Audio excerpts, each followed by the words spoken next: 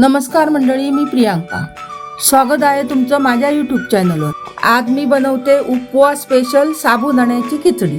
ही खिचडी दिवसभर मोकळी आणि मऊसूत राहते. चला तर मग सुरुवात करूया. सुरुवातीला मी 1 वाटी साबुदाणा घेतला. 2-3 वेळा पाणी घालून स्वच्छ धुवून घेतला.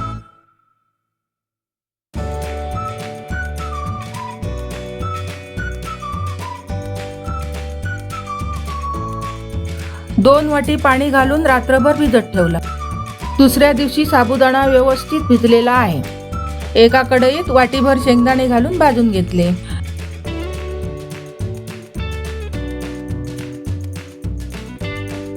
शेंगदाणे भाजल्यानंतर सालं काढून घेतली. मिक्सरच्या भांड्यात शेंगदाणे घातले. त्यात 1 मिरची घातली.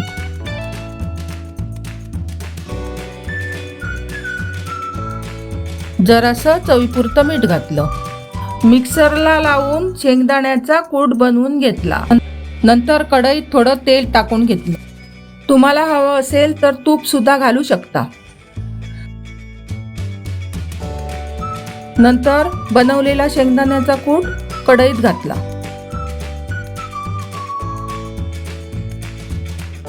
थोडा वेळ परतून घेतला.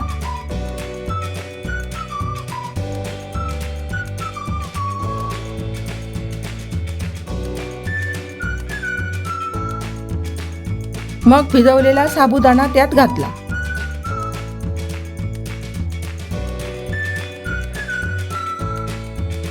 गॅस मंद आचेवर ठेवून साबुदाणा मऊ होईपर्यंत परतून घेतला.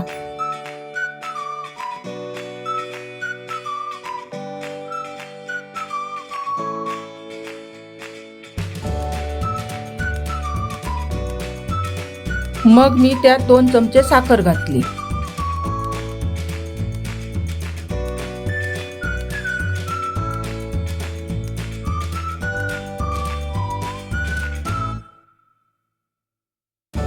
नंतर साबुदाणा मऊसूत होण्यासाठी 2-3 चमचे दूध घातले. दूध घातल्यानंतर जास्त ढवळायचं नाही. जास्त वेळ ढवळला तर चिकट होणार. दूध घातल्यामुळे दिवसभर खिचडी मऊसूत आणि मोकळी राहते. अशा प्रकारे साबुदाण्याची खिचडी तयार झालेली आहे. आवडल्यास व्हिडिओला नक्की लाईक करा आणि कमेंट करून नक्की सांगा. अशाच रेसिपींसाठी माझ्या चॅनलला सबस्क्राईब करा.